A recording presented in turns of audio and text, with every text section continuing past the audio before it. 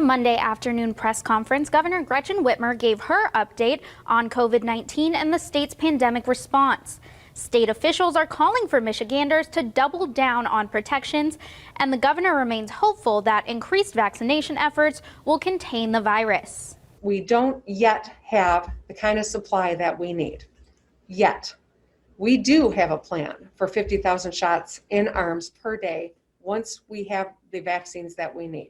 Sparrow Health System is reporting that distribution numbers for vaccines have risen dramatically since last week's opening of Sparrow's Frandor Drive-Through Services Center as a distribution site.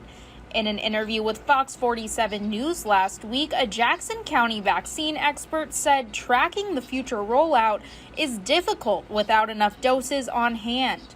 We've got a lot more demand than we have supply, and so people are calling us and trying to get in as fast as they can. And so I don't think we have a good sense of how fast we can move through it until we know that we can at least meet the demand that we know that is there right now. Ingham County Health Officer Linda Vale says health officials are using every dose they receive. There are some times when I'm just heartbroken reading an email about a person that's still waiting. And I've been in tears before as well.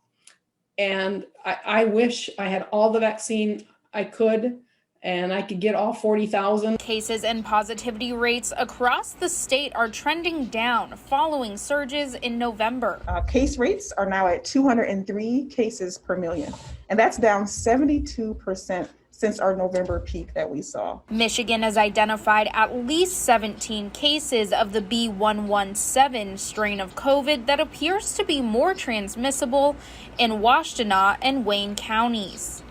Because this variant is more easily spread, we must do more testing so we know where the virus is and we can quickly reach out to people so they can isolate and quarantine appropriately. Governor Whitmer also made a plea to legislators to work with her to pass a COVID recovery bill she says will help Michiganders facing food insecurity due to the pandemic.